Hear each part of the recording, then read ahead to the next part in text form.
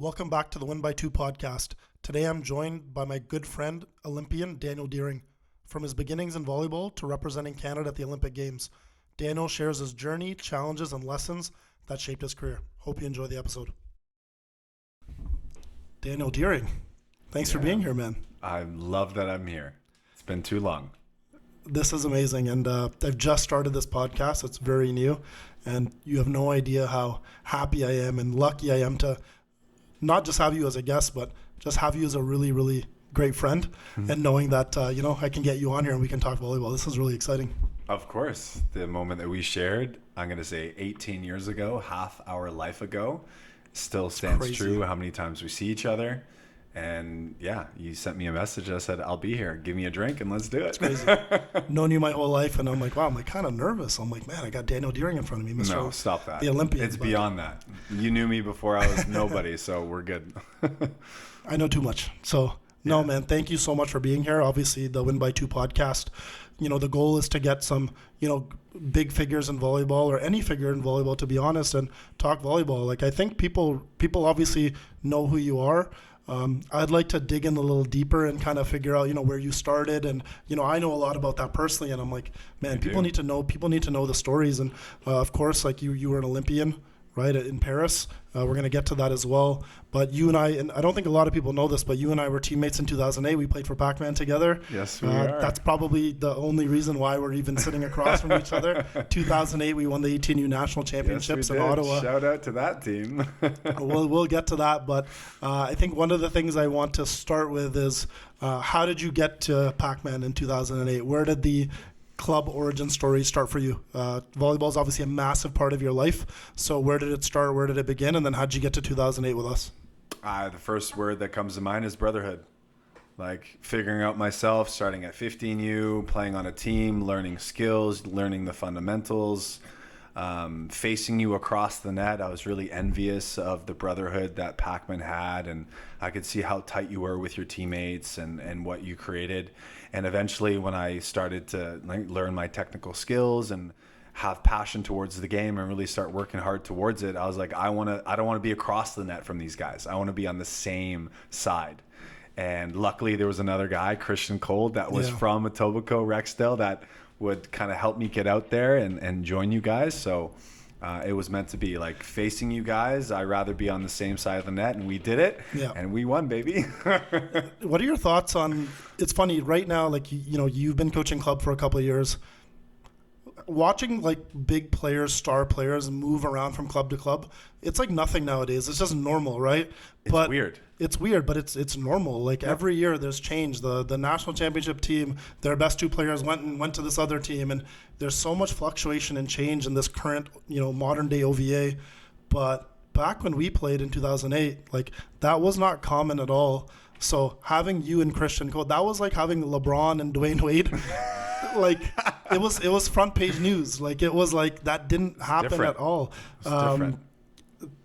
What did that feel like at the time? Like, especially because that didn't happen. Like, did you feel like you were a bit of a traitor? Like, in some points, like, what was? I wouldn't say a traitor. I think it's like when you're on court and you're facing, the chemistry that you had as your team, but it's mainly off court. When you see how you guys were together off the court, hanging out in the halls, the brotherhood that you saw, how you treated each other, the laughing, the giggling, like, it was nice to see how you treated each other off the court. And I was like, I really wanted to be a part of a team that did that. And not to take away from the team and club that I was a part of, but that brotherhood was really, really connected. And I wanted that to be on the same side as my court guys that were passionate and worked hard and enjoyed the process of playing and enjoyed each other's company off the court. Like, if you have that experience with your teammates, you're going to have more joy, and you're going to get to a point where you're working hard not only for yourself, but to make sure that you're working harder to help your teammate get that ball up, if that's the case. Is that a fair assessment for maybe your life in general? Do you tend to gravitate more towards people that kind of share your energy and share your 100%. Vibe and things like that? I'm still learning that every single day, and learning how to transition towards, people that help my aura and work towards my frequency. Yeah. if you are giving so much, if you're a giver and you're giving hard work and passion, and you surround yourself with people of that same mindset, life becomes so much more beautiful. And I think you'll always connect with people that are at that level no matter what, right? One of the things I always say, I've coached 18U so many years. I always tell, after a team wins or has an amazing season in 18U, right away they're like, guys, like, this is amazing. We're going to keep this going forever. We're going to get together every weekend. Like, we're going to go to university, but every weekend we're going to come back and hang. And the first thing I say is, guys, enjoy this moment right now. Enjoy your last night at nationals as a team. But like, I want you to know that when you wake up tomorrow morning, like, your new life begins. And I don't mean this in a bad way. Not at all. But it's you're going to start your new life. You're going to university. You've got new friends. You're living in a different place. Everyone's off to figuring out their life and their next their next venture, right? So it's nobody's fault. It's not like, I just screw these guys, like, I'm on to bigger and better. But the one thing I always say is you have no idea how impactful it is to win something really significant, like an 18U national championship with a group of guys, so that when you do go off and do your own thing, crossing paths with that person that you've had that amazing moment with is pretty special. It's like, there's nothing better than, even if I didn't see you for a couple of years, we have this connection that always, no matter what, when we talk, it's like, it's like things have never changed. No. It's a bond. It's beautifully said. Knowing that we've shared the court in a moment where we were such young men, right? Such young men in high school, thought we knew it all, and you have this moment and you get to celebrate and win such a high accolade moment in volleyball, 18U national championship. You think you have it all, you win it, and then the season ends and you move on to the next chapter, like you said, the next venture, like you said. But knowing how long you and I have been in the volleyball scene with coaching, like, we bump into each other every 1 or 2 years, once or twice a year. And there's just that bond that no one can ever take away. And the fact that we're in the gym and coaching, there's a mutual respect that we carry with each other no matter where we are. And I try to tell guys, like, don't drop the ball at the end of the season. Like, I know it's hard. I know that team's really good. I know you're down, like, it's 11-8 in the third. I know you're like, but trust me, it's totally worth it, and it's hard. It's hard to explain the feeling. You just have to say, please trust me, because when it happens, it's such an amazing thing. And like I said, it builds these lifelong bonds and friendships forever. Now, that doesn't mean, we came silver, like, screw you, I'm done with it, you know what I mean? But there is something special about having, like, these significant, especially when you're a kid. Like, again, we didn't win an Olympic, medal together. We didn't win a world championship together. But at that time, when we were kids, volleyball was the be-all, end-all. Everything. 18U was the last. It was also the last time we knew we were ever going to play together, and I think we came to terms with that. Like, remember, we found a million ways to almost cough it all up. We did. You got injured before nationals. I separated my shoulder. Yes, you did. So trust me, we found a billion ways to try to cough up that experience. But again, even more reason to try to push through, right? You got injured the day before nationals, so it's funny. Like, you could have backed out. You could have said, I don't know. I'm going. In my future, I need to make. There was something inside of you that said, "There's no way I'm not going to play." What was that moment when you were injured going into our 18U nationals? Like, what were you thinking in that moment? Was there just no way you were not going to play? No, I had to play, but I had to listen to the mentorship of our head coach, Kelly, and to make sure that, it kind of worked out in our favor. Like, we were a team. Like, if I was injured, someone would step in. If they were injured, we would step in as a team. And I think we managed it really, really well. So how it worked out, like, we took care of each other. I ended up just playing the last day, even though I was so eager to play. I knew that our team would gather up and make it happen, and we did. We wouldn't change a single thing based on the outcome of winning by 2. Which we did, We're going to get to that in a second. I just want to ask you, like, so, you made the change from your previous club to our club. When you made that change and you came into the first practice, what were your kind of thoughts there? Like, were you kind of like, this is awesome? Like, in the gym every night, like-minded guys, equally as physical, if not more fit, what was that kind of year like, just in a training perspective? I would say it even started before that moment. I think the mutual respect that we had as people and saying hi to each other as we passed hallway, like passing by the hallway, even though we were wearing different jerseys and part of a different club, there was like this brotherhood that I witnessed that Christian and I wanted to be a part of. And we naturally wanted to make that change. So it happened outside the volleyball court, saying hi and like respecting each other. Sure. We would always lose to Pakmen. And then you guys kind of opened up with open arms towards us, and it felt like the relationship was being built even before we stepped into the gym. So when we did step into the gym for the first time, it felt like a mutual connection of respect first. And then we had to put in all the work that the intensity of the practice was a lot higher than what we were used to, and it helped Christian and I match that. And there's a level of respect where it's like you see guys diving around to get the ball, like it motivated us to make sure that we could do that, to feel like we're a part of the team, and it happened so fast. And there definitely was a bit of this like earn your place moment. Like, you know, we're the Pakmen guys. We've been there forever. You guys come to our gym the first time. You guys knew you weren't just going to walk in and, you know, be the last guys in the laps for the warm up. And so there was this level of like you and Christian like really, really stepped up your game that first practice. And then we were going to be like, we're not just going to let Daniel Deering and Christian come and wipe us down. And it was really that moment when I was a kid and I realized, man, if you have the ability to get the most competitive athletic players in a gym together, you can do so many, as a coach, you can do so many amazing things. Beautiful things happen. Yeah. And I noticed that because, like I said, we were not going to let you, even though we're teammates now, everything's, you know, we weren't going to let you come in and, you know, embarrass us, like, you know, and then, you know, you guys weren't just going to, you know, walk in and like slouch around. You guys came and competed. And I think, honestly, I think it was like that every single practice. It was. We created this crazy environment where there was like a mutual respect. Like walking into the environment, I was like, oh, that's Terrell. That's number 15. Yeah. Like, wow. All right, that's T. How am I going to earn his respect? I'm going to prove it through work. Yeah. Right? And T's like bouncing by, hitting cross, hitting line, getting blocked. And I was just learning and observing and be like, okay, this guy's really good.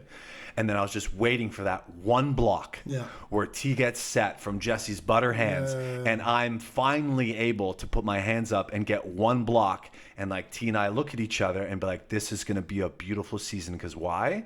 You've challenged me to get to this point where I can get one block on you. And now I get to work towards getting more. And we just pushed each other. And as a team, we pushed each other. It was beautiful. For sure. Now, we actually had like a bit of an up and down year. Like we weren't like, you know, Pakmen, we were already a really good team. I remember in 17U, we were the provincial champions. Like we come in and it's funny, like you think volleyball math. Okay, we won provincials. Now we just inherited Daniel Deering. We just inherited Christian. You would think that the ball just gets rolling and we murder everybody, right? But it wasn't like that. Like we had a very, very up and down season. You know, I think we may have lost a tournament in the quarters once. Like I don't think we won a tournament all in the OVA. Do you think that just had to do with, obviously, you know, we added 2 really skilled players. Do you think it just takes time to figure out the right recipe, whether it's lineup, rotation, you know, strengths and weaknesses of the team? Like what do you attest that to now that you have obviously a lot of coaching experience? Yeah, the experience that you and I have as coaching, you look at the game in a different perspective, and you look at Kelly and Wally and Ed and Deem and the guys that had to manage our minds as 17-year-old men. It was quite difficult. Like, you know, a lot of the guys on the team had years of experience with each other, and Christian and I are stepping in and trying to build that mutual respect when it came to just action on a short period of time. But as a head coach, you know, so many things happen behind scenes that you have to listen to and build the confidence of these young men or young women to make sure that they're showing up at the best ability that they can. And if one person shows up in a piss poor attitude, it affects the whole team. Yeah. It brings down that culture. It brings down that environment. For sure.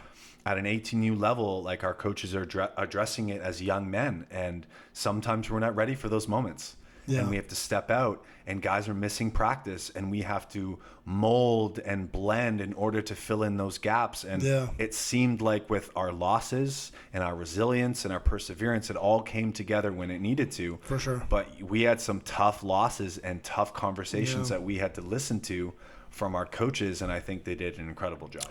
Yeah, and even like just on the let's talk about like the coaching tactical side. You know, we've obviously coached indoor teams now for many years. Even switch, like someone being a P1 versus a P2, or someone being a middle next to the setter, away from the setter, even some of those tactical things matter as well. Because I remember, or even which rotation you start in, because I remember we had a bit of an up and down year, you know, mostly down in the beginning of the year. And again, depending where, I remember you played middle for us, depending where you started, we may have started the game and you might have been the middle that's on the bench waiting to come in, and you don't come in until like 4 rotations in. Yeah. And I know one of the tactical things I remember that we as you get to know your new clientele, as you get to know your team, is I remember we modified our rotation so that when we started the game, you were in the middle. We adjusted our rotation so that you would start in rotation 4. So now when, you know, for a big long chunk of the season, you know, Dan Deering's on the bench waiting to come in, like waiting for the libero So high eager. five swap. Oh, yeah. Yeah. But then it's like, no, now we're starting the match or the set and you're in 4 and you're going to be a presence for the first 3 rotations.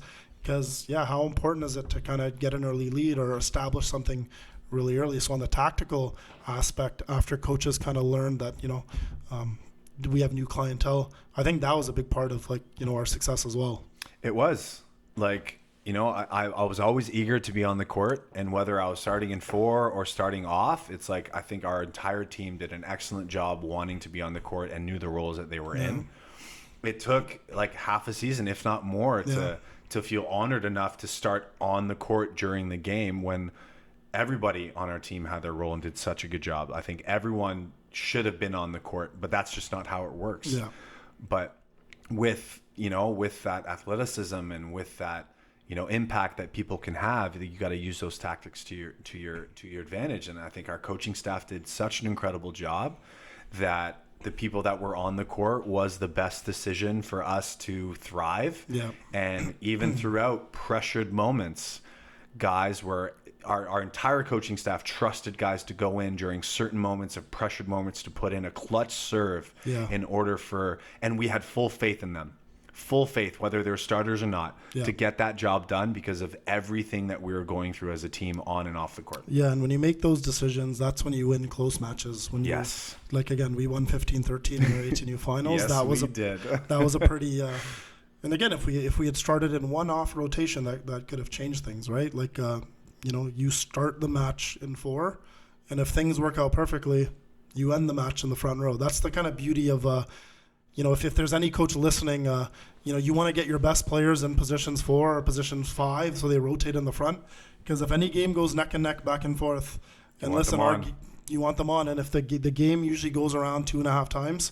So when you do that volleyball math, your best guys are going to be in the front row when it matters. And sure enough, even though I was maybe a smaller, like not big setter blocker, we finished the match with you in the front row, and you actually got us our match point kill. I don't know if you remember that. We got us our match point. Yeah, we had a nice little duo there. Do you remember the last match? Do you remember the last point? We were talking about it. Of course I do. There's a beautiful photo of it. The connection between what you and I had, like we worked so hard in the gym to make sure that you could lead me to swing to 1 or float me up to hit the 5, like put the ball a little bit higher because I was getting a little bit higher than Jordan and Kadeem. So we had that connection. And that winning point, T put up a beautiful spin serve, snapped that ball over with his beautiful wrist that he had. Yeah. You know, they hit the ball off the block and it ricocheted to tight 2, and you're just like, butter hands, put me up on 2, and I'm like, we've done this before. In the previous set, I made an error. I'm like, I'm not hesitating on this again, and win by 2 on 2. You put the ball up on 1. I didn't hesitate, hit the ball off the block, and next thing you know, all of our brothers are running towards everybody celebrating that point. See, that's a really cool win because, like, you alluded to it. In the second set, it was a similar situation. Like, you hit that ball, second contact out of bounds. I've coached my whole life now, and I've seen guys, you know, go for the shot and it didn't work, and then they switch it up on the next time. And, you know, at 14-13, the ball goes over. Their middle goes against you, off your block. It just kind of ricochets towards me and put it in you. And you were in that moment, and you were faced with like, ooh, I did this before and it didn't work. But it was, yeah, it was one of those moments where I think you just knew, because I think you knew us, and I think you knew, and I don't want this to sound like a bad thing, but I think you knew that, you know, we would have been disappointed if you didn't go for that one again. Like Yeah. if you did it again and you missed that, And I was passive, no way. Yeah. No way. Go for it. yeah. And if you missed, it's like, well, that's what you have to do to try to win. And if you, if you were passive and you tipped it right to them and then they jammed it back on our side, then we would have been like, Dan, come on, man. 14, 13, Yeah. right? That's not the time to be passive. Yeah, And we yeah. try to install this with our athletes all the time. Go up there, give it your best. Yeah, no, that's a special moment, and honestly, probably the main reason why we're all here, and the main reason why the Yes, club it is where is. it's at. But I wanted to quickly talk about you didn't have a very traditional like post-secondary volleyball career. Not Like at all. yeah, not at all. Rare breed. Yeah, like you got into the beach scene very quickly. You were a really emerging beach volleyball player. Like in your 17, 18 year, you and Christian Cole are beach partners. Correct me if I'm wrong, you did not play collegiate volleyball your first, couple of years? Like you went to York University, Yep. but that was just to make the audience understand, what year were you playing at York? Was it like your third year? Would it have been your third year? Technically, if I started on time, like Yeah. if I didn't have a fifth year in high school and I didn't try to like figure out more about my life, I went to Humber College for a semester, realized it wasn't me. So I was 21 going into my first year at York. Where so I most was people are 18 and turning 19. So yeah. I was a little bit more, I guess you could say, biologically older or mature going into my first year, as I had to wait a couple of years and kind of figure myself out. But I had a fifth year in high school, went to Humber, didn't realize, got in, and it was beautiful to play at York. Yeah. And people won't know, and I tell them all the time, but I played libero my first year. That's what I wanted to talk Like, about. isn't that wild? People are like, what, a 6'6" libero? I'm like, no, I committed to that due to some injury, and I got to learn the game from a different perspective and what a libero has to do to support their teammates, and it's a completely different style and skill, and it came to that game, which helped my beach career, which was incredible. Yeah, I was just gonna say that, because not only were you the 6'6" middle, like coming out of high school, but you were the 6'6" middle, like touching 11 and a half, like that. And I remember, because we used to come to a lot of those York games. I played at York, but you came just after I had left. Mm-hmm. But I remember we used to come and watch the games, and we used to watch the hitting warm up. And you were roofing Tate McKenzie gym on the hitting warm-ups. And then you'd put on the opposite jersey, and now you're playing libero, like defensive specialist. So just to clarify, obviously you had a couple, I think, was it a knee surgery, like a minor knee surgery you had early on? Yeah, you're right, Jess. Oh, yeah. Yeah, so if we talk more about it, I've struggled a lot when it came to injury and recovery and body maintenance and making sure that I was strong enough to compete. So there was definitely a few times in my career, indoor and beach, where I had to make certain decisions for longevity in the sport, and I decided to play libero that year because I wanted to control my landing a bit more and build my strength when it came to my left knee. And what a great decision it was to learn the game from a different perspective, try a new skill, and have the eagerness to learn a new position, even in university. It was beautiful. Absolutely. Just maybe a little not off topic, but about that knee injury, and you talked about prioritizing, your health there. If you could go back in time, like, what is it that you think you maybe needed to do when you were younger to maybe avoid some of those? Because right now athletes are dealing with this all the time, right? They're dealing with some injuries, but like when you and I grew up, there was no like volleyball specific strength and conditioning. No, there was no Reed Hall who specializes in like there was nothing when we were kids. And is there, how much of it was it any at all like degenerative, or was it just lack of maybe like taking care of it when you were younger? It was a bit of both, but I would say it was too much. Like during the 18U year, I loved the aspect of beach volleyball, but I also loved our brotherhood of what we're accomplishing with our 18U Pakmen year and team, where I was actually training twice a week beach and 3 times a week for indoor. And I was like, I love this game so much. I just want to do it all the time. And over time, I was just not recovering wear and tear. but the love of the game was so important that I just wanted to play it all the time. Yeah. But when you realize you're tall and you have different ways of moving and you jump high, there's certain things that you need to learn about the impact that your body takes on it over time. So it was tough at that time. There wasn't that, strength and conditioning as much as it's been. It's been 18 years since we've had that 18 year. Now these clubs and the science behind these kids being healthy and moving properly and recovering well is amazing. But at that time, it wasn't as great as it is now. So you learn about yourself, and you have to really have the awareness to make sure that you're not pushing yourself too much, and have that fine line between uncomfortability and pain. Yeah, and it's funny because anyone that's listening right now, like even athletes, like 4 days a week is normal now, right? Kids are going 4, and and then privates and then tournaments. So kids are doing all that right now. When we were growing up, it was really it was just twice a week, and then But I think our generation is hilarious because we would come to practice, our shorts would be underneath our jeans.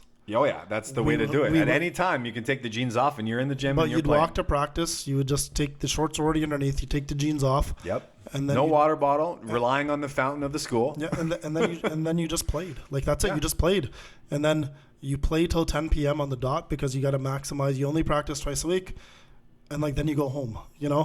So I think we came from a generation of warm up and cool down. If we could go back in time, it probably would have been much more worth it to just spend 5 more minutes on a warm up. Definitely. And spend the last 10 minutes cooling down properly. Like we know what we were. Even if we were stretching, we would just do a quick little one of these, one of these. 1, 2, chat. Yeah. Is that nowadays when athletes are playing 4 and 5 and 6 days a week? How much do you think just from warm up and cool down, how important are those two little aspects, whether they be 5 minutes before and 5 minutes after? So important. The game has changed. Volleyball has grown so much. Instead of practicing twice a week, sometimes these kids are going 4 to 5 times a week, plus tournaments on the weekend, playing up in their age division. It is a lot of volleyball. And it's a lot of impact specifically in the sport of volleyball. So knees and shoulder and back, whatever, jumping and hitting and moving. So back in the day, I felt like there was a lot more okay, well, we're practicing twice a week with our 18U Pakmen team, but a lot of the guys are on the basketball team in their high school, and they're playing this and they're playing that. And even though you're playing different sports, your body's not taking the same impact of what each sport gives. For sure. So the importance now, especially as a coach, and seeing how often these girls and boys are in the gym, they're doing a lot of volleyball. And if they're not just working with their team and their club for 4, sometimes 5 times a week, they're also doing private sessions. They're also doing things to help them benefit their own independent skills. So they're constantly in the gym. So before they even step in the gym, they need to make sure that they are stretching and doing some plyos and activating their muscles so they can support their temple, their body, to make sure that it's strong and safe and healthy. And then afterwards, cooling down and getting temperature regulation and taking time and processing that you just went through this load and you're gonna have to do it again tomorrow. So I love the science behind it now because the sport's growing, and but it's really important for these athletes to really take care of themselves. And now we just know so much better as coaches, right? Yes, we do. We didn't know. So that's the most important thing, and managing load now and making sure okay, we play on Saturday, we don't have to go crazy hard on Thursday, let's go hard on Monday and Tuesday, and then Thursday let's we didn't think about that when we were kids, because we kind of also felt like we were invincible as well, right? We did 100%, and that's another reason why I kind of blew up my knee. I was like, play, jump, no, it doesn't matter, let's keep going. So you've had you kind of had 2 cracks at your beach volleyball journey, right? You've kind of had 2 little runs. I did. You had one run, and then you retired, and then you had your second run, and we'll get to that after. But what kind of led to your retirement after your first run? Did a lot of it have to do with injuries and things like that, or? It had to do with injury, but the injury was the outcome of me not being able to have enough discipline to work on my recovery and to focus a little bit more in the gym rather than with my feet in the sand. I was excellent, always worked and had passion and always wanted to be in the sand and get better. But I didn't take the responsibility and the discipline of also knowing that in the gym I needed to build my body and maintain strength so that I could do that. So my first run for 2016 Olympics didn't work out in my favor, and I got injured. And also, there's two teams that were incredibly ahead of us.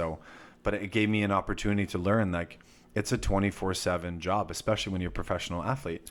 So recovery and strength is huge, not only for your physical health, but for your mental and emotional health, knowing that you're putting in the work and you're in a little bit amount of pain instead of a lot. Like, you can really perform and not be distracted by, I don't think I can do this because my knee hurts. I rather be 100% strong and be like, I don't think I can do this, but I can physically, so therefore I can get over that hurdle mentally. Sometimes a physical injury sets you back thinking you can't do things, and that can't be allowed in your mindset, because you already have your mind telling you sometimes that you can't do this. You can't have your body helping you think that way. Yeah, and during your first run, did you ever feel like an immense amount of pressure? I did, but the pressure came from myself. Okay. My first Olympic run where I actually felt like I had the ability to make the Olympics was with my partner Garrett May and my coach John May. And the pressure was on myself. I didn't do a good enough job expressing my own truth, and I hid knee pain and I hid back pain. So the pressure that I put on myself was perform, perform, perform. And John was incredible at offering to financially assist me because of the situation that he was in. So I was blessed to know that I had this financial support, but then I created the own pressure myself, thinking that because he's supporting me, I then couldn't speak my own truth and tell him that I was injured, because I felt guilty and shame of showing up thinking like, I can't practice today, John, I'm really hurting. But then I looked at myself and like, well, did I really crush it in the gym this last week? Did I really give it my all? And the answer was no. So I was like caught in this phase of, I'm not giving my all in the gym, so therefore I can't speak up for myself. So I ended up pushing myself beyond what my body was capable of doing, and I got hurt. So I put an immense amount of pressure on myself, but not when it came to actually performing on the FIVB tour. It was the pressure that I put on myself. Yeah, no, and I totally get that. And so you have your first retirement, I guess we'll call it that. Mm-hmm. What was that like? Like, how long did it last? How long did that retirement last? Like, clearly you worked on yourself a lot. You worked on your body. You worked on taking care. Was that just something you wanted to do anyways? Like, let's just assume you retire and let's just say you were never going to play volleyball again. Was taking care of your body still just something really important that you wanted to do for just the remainder of your life? Yeah. So in 2015, December is when I really hurt my back, and Garrett and I pulled out from the Olympic race. And based on, medical advice, they said you need to take a year off, and you really need to make sure that your back gets healthy, and that you can take care of yourself.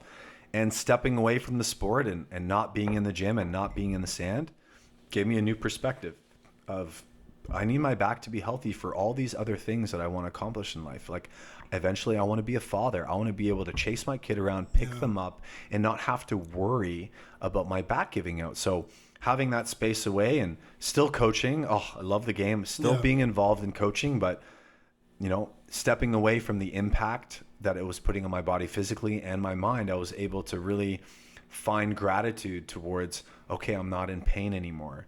And I can wake up and not put my body through immense amount of physical load. And I can strive towards giving back to youth and coach and use these experiences to help make sure that maybe by the little things that I can say can stop some girl or boy, to stop them from getting hurt. So the perspective of pulling myself away from retirement was forced because I was injured. But thank God, because it taught me to really take a step away from the game, see the game as a coach from a completely different perspective, and have the time away that if it was a very small a 1% chance that if one person called me that I would do it. But I was 99% focused on starting a brand new chapter in my life. And what year was that again where you took that time off? It was basically January 2016 where my doctor was like, your back needs a full year break. So 2016 to 2017, I was like, you know what? I'm going to take more time off and really focus on my mind and see what else I can accomplish in my life. That must have been your first ever break from volleyball since you started playing as a kid. Is that fair to say? Yeah, like 2005 to 2017. Because I notice now kids don't get breaks. It's indoor all year. There's then always it's beach something. volleyball, and then we go to nationals, and then we finish nationals, and then beach starts the next day. Kids do not have breaks at all, and I think it's like it's hard to do it because like when can you have a break, right? Especially in this nucleus of like the OVA and trying to make a team the next year. If you take a week off, even you might miss out on an opportunity. You might miss out on an opportunity to make a team that you want to. So you started in 2005, and your first real break of like just not playing volleyball was basically 12 years later. Yeah, That's it's crazy. wild to think about it that way. Having that break, it sucks to get injured. It does. Like your body go through hell. You're emotionally, you feel like you're a little bit lost. You're isolated. You can't play the sport that you love, but it forces you to learn different parts of life and how important your body is. So knowing that I had that year break really gave me a chance to step away from the game and see that my identity isn't just volleyball. And I was learning different things about me, and I was able to take a step away and become a better coach and see the game from a different view and have a little bit more time, the sacrifices that we make as athletes to go to practice and not go to parties, and to go to tournaments and not be home and catch up on schoolwork. There's so many ways and sacrifices that athletes make as high school students and middle school students and even as professional athletes that taking a step away from the game, whether it's injury or not, still teaches you to be a better athlete. Absolutely. And now, getting to this, phase of where you came back, before we get into a couple of questions I wanted to ask you, we've actually talked about a lot of things as well already, which has been amazing. But for anyone that's not going to watch this video and is maybe just listening in the car while they're driving or just audio on their headphones, do you mind just like painting a descriptive picture? And it could be very quick, but like, where were you? What was the setting when you made that decision of, I think I have it in me to make another run? Well, I told you that like 99%, I wasn't focused on coming back. I felt great. My body was getting healthy. I was working on professional career decisions, personal relationships that I wanted to get into, and thinking about becoming a father and like owning something. And then that 1% actually happened, where without the pressure of having to perform, I started to take care of my body. I wanted to get strong for me, not for volleyball, for me. And then I realized, wow, I am strong and healthy. I can start playing for joy again and not have to perform and make a national team and be cut and worry about knee pain. I get to create my own pace and work out at my own level and learn about it. And I felt this freedom to do so. And I got really strong physically. I felt incredibly emotionally and mentally to take a step away from the game, where the choice was like all mine with no pressure. And here Sammy Schachter gives me a phone call being like, hey, this is what I'm going through. I see that you're strong. I see that you're playing with joy. But if you want to make a 2024 Olympic run with me, let's do it. And I was like, oh boy. Because my whole vision was 99% of like, I don't want to do this anymore. I want to work here. I want to do that. I want to build this. I want to be a dad. And then boom, the one guy that it was like planted in my seed of like, if this guy gives me a call, and he's also the same age as us. So like we had experience of him playing against him. And so there's a little mutual bond and respect knowing that Sam was the best in the country. And he gave me a call and it was incredible. And it lit a fire under my ass. And I was like, let's do it. This is a perfect segue. Can we get to the picture of Sam, if you don't mind, Gagan? Sammy Perfect. Schachter. This is actually perfect because we had a couple of questions lined up before, but I think you did an amazing job. We kind of talked about your pathway. I did an amazing job as a host too. I love it. We're flowing, baby. This is a perfect segue. Why was Sam, the right partner for you for this comeback? Like, what people don't see is everything that gets done behind the scenes. Absolutely. So people see Sam as an incredible disciplined athlete, and he's such a legend, and he's like such an incredible defender and such an awesome person. I see myself, I'm like, that's me. I know who I am. But with Sam, you know, he goes after what he wants, and he called me and he wanted to play with me, and it obviously had to do with my physical ability. He was like, hey, Dan, you get injured a lot. I need you to step it up. I need you to show me that you're strong enough and you're capable enough to take on an Olympic load and make this happen. And I was already doing it to prove to myself. So the internal motivation was great. And now I had this external motivation from Sam being like, you're the guy. And I had to prove to myself and prove to him. And I think because we're the same age and we knew each other, there was that mutual bond that we had where we were close to each other, playing in 17U, 18U nationals, and he was playing with Rex and I was playing with Christian. Like, we knew each other for such a long time that he was just like, there's always an asterisk next to my name of like, Dan gets hurt. He doesn't know how to recover. He doesn't know how to work out properly. So that 2018, 2019, when I was playing with actually his ex-partner that he made the Olympics with, Josh Binstock, he was like probably getting some internal conversation from Josh being like, yo, Dan's actually pretty good when he's healthy. So when he gave me that call, I was like, Sam is the guy to do so. And just like seeing him now, like it gets me a little bit emotional because we went through so much as a partnership that no one really knows about unless you ask questions. So Sam was definitely the guy to make that decision for me to have a chance to possibly make the Olympics again. Yeah, and you know, for me as like, I'll just say as an outsider spectator, because I've, you know, been in volleyball now for a while, and we're always at the beach and we're watching you guys play. Whenever you're playing, we've always been a big supporter. You know, you played with, you know, Binstock, like he's older than us, so I didn't really know him much, like when we were.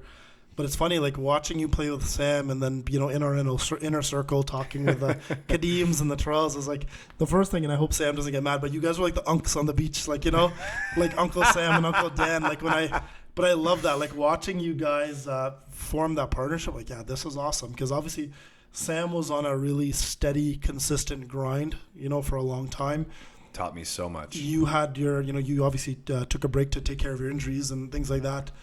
But it was exciting to see, and you guys, the ball got rolling really quickly. Is it maybe like the age thing? Like you guys were just connecting on a certain level because same age, similar pathways, like, you know, grew up together in the sport of volleyball, competed against each other? Yeah, Sam was the consistent, disciplined machine. Like he always took care of himself. He was super consistent at what he did, and I was kind of like in and out. Like I was this crazy high jumper, big swing, potential guy, but I was like, I would perform really well for 3 months, and then I would have a little minor setback, and then perform really well for 4 months. So even though he was training with different partners, and so was I, we were on the national team, but we were constantly still facing each other on the other side of the net. So he knew what I was capable of, and now he wanted to see it through. And I think based on what he saw me doing with some personal private training to get me strong and playing a few tournaments with Josh Binstock and having some success, I kind of lit a light bulb in his head being like, oh, wow, I think Dan's actually ready this time. For sure. Yeah.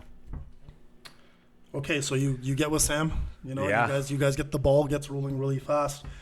Coming back after years away. Sorry, can you go to the next one after Sam Gagan? Sorry. This one, yeah. This is one I wanted to touch base on. What did it feel like when you guys officially qualified after having retired and returned? So when you guys got the ball rolling, and then you had that, where did you guys, where did you guys qualify? We were in Tlaxcala, Mexico. Mexico, right? I remember that. So what was that like for you when you finally, you know, you go through this long journey, you go through retirement one, you come back? Obviously, probably a risk coming back too. You know, your body feels good, but you don't know how long it's going to last. What did it feel like when you finally qualified? I know how I felt in the moment, but we'll get to that later. That is a question of depth. I felt many emotions on a high: gratitude, pain, like reflection of knowing what it took to get to this point, joy, sacrifice.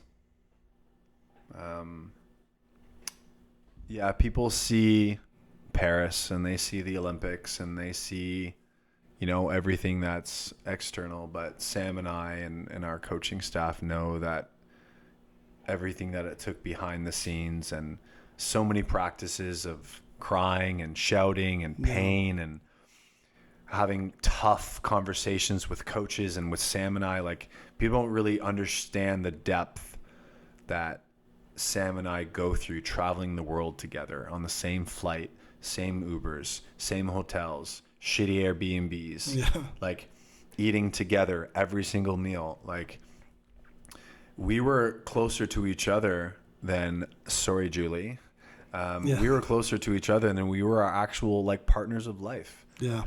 We had to be close. We had to take care of each other. Like, the funny things that people don't know is, like, I'm a snorer and I'm a moaner. Yeah. Like, so when we're traveling and we're staying in a room because that's what we can afford, Sam has these, like, headphones that stop him from the ability of me waking him up because I was super loud. Yeah. And then sometimes, especially on a hard physical day where we've had, like, back-to-back training and a cardiovascular conditioning session, I'm, like, projecting so loud, and Sam wakes up being like, dude, you kept me up all night. And, like, those are things people don't know about. So here am I being like, all right, he's my partner, but he's also my, like, teammate, and I also have a relationship with him. So I'm like, all right, he loves coffee. So therefore, if he's had a bad night because of me, I'm ordering this man a flat white, or I'm ordering this man a cappuccino to make sure that even though there's something that I can't control, like moaning, even though I tried, like, mouth tape and I tried certain things to help, it's these little things that actually build us to be connected to each other, that happen off the court, that help us become better on the court. Yeah. Weird how that works, but it's beautiful how it works. But it's, you guys are, you're connected in that moment, and your journey is the same journey, in theory. So, absolutely. All right, so this one might be a tough one, but I would love you to shed a little bit of light on it. But you had to pull out due to an injury when you got to the Olympics. I did. What ended up happening? What was going through your mind during that time? I'm still going through it, even though I've done a lot of work reflecting on it. We didn't want that to happen at the Olympics. I felt like I let myself down. I let the fans down. I let my country down. And even though I'm saying I let my country down, everyone that loves me and supports me would say, no, we're proud of you. Yeah. But those feelings still exist. And I look back and, like, could I have been stronger? Yes. Could I have owned my truth and spoken up a bit more? Yes. And you learn through that process. I felt extremely, I could be wrong, but, like, selfish. I felt so bad for Sam, knowing that this is a partnership. It takes two people in order to thrive, knowing that it was my body that failed me. I felt and put an enormous amount of pressure on myself, knowing that I took away a moment from Sam.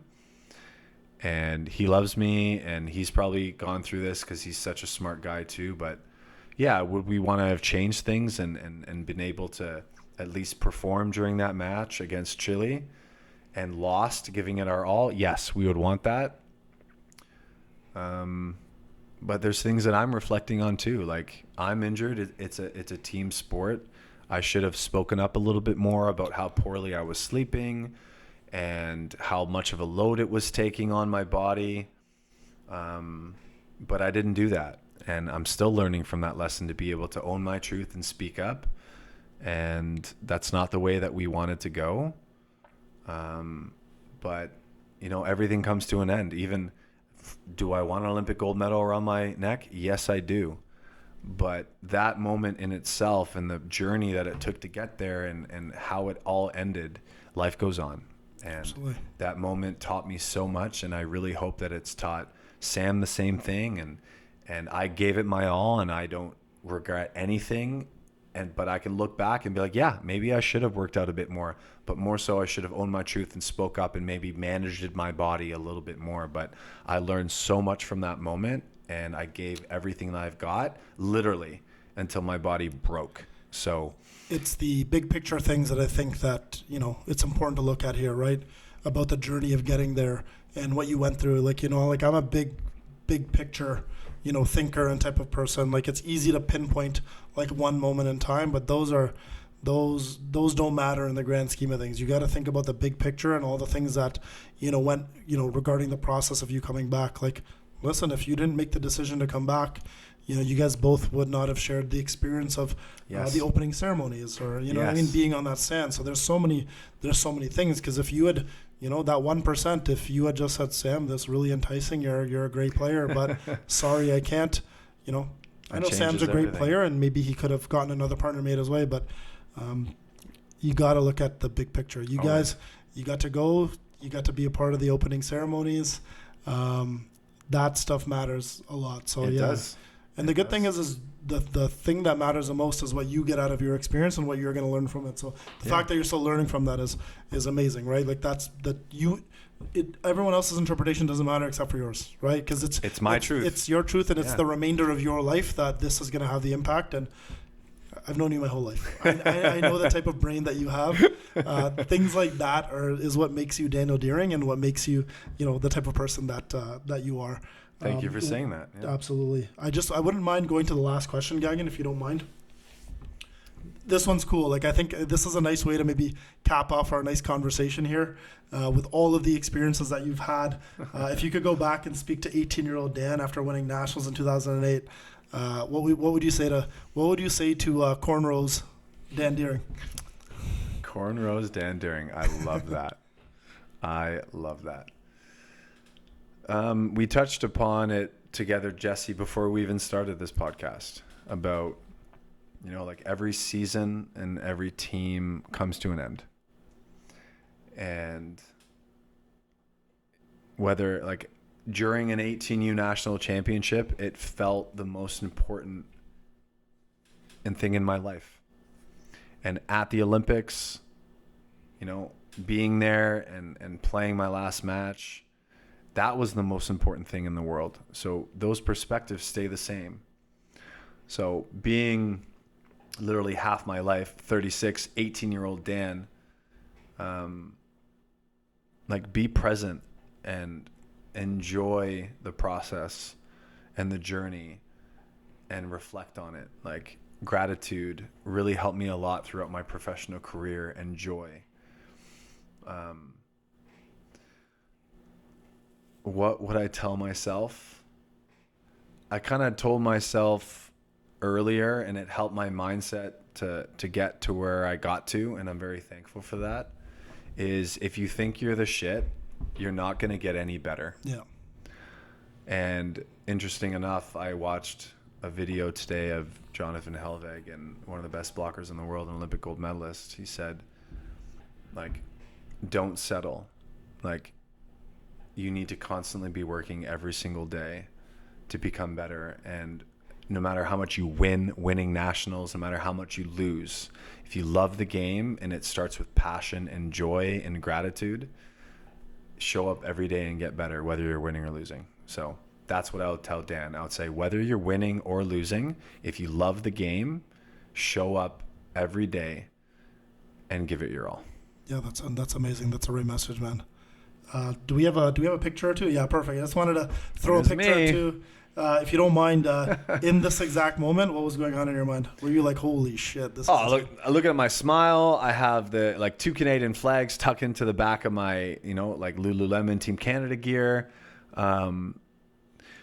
The Eiffel Tower is a very monumental, thing in the world. That's pretty surreal, that picture. Yeah. I can only imagine. I many times people ask me, I felt like James Bond. I'm not gonna lie. I felt like I was living outside of my body and like being an experience that was a little surreal. But this selfie is incredible.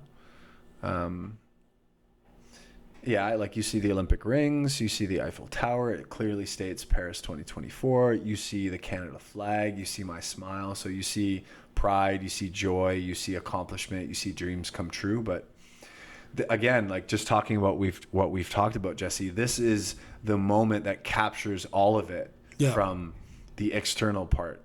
But there's so many other pictures that you could see me crying and feeling way more intense emotions, knowing that, the pain and the sacrifice that it took to get there leads up to this smile. So I'm feeling this high of joy because of knowing the lows that I felt as well. So I think probably the best selfie I've ever taken. Yeah, no. I'm not gonna lie about that.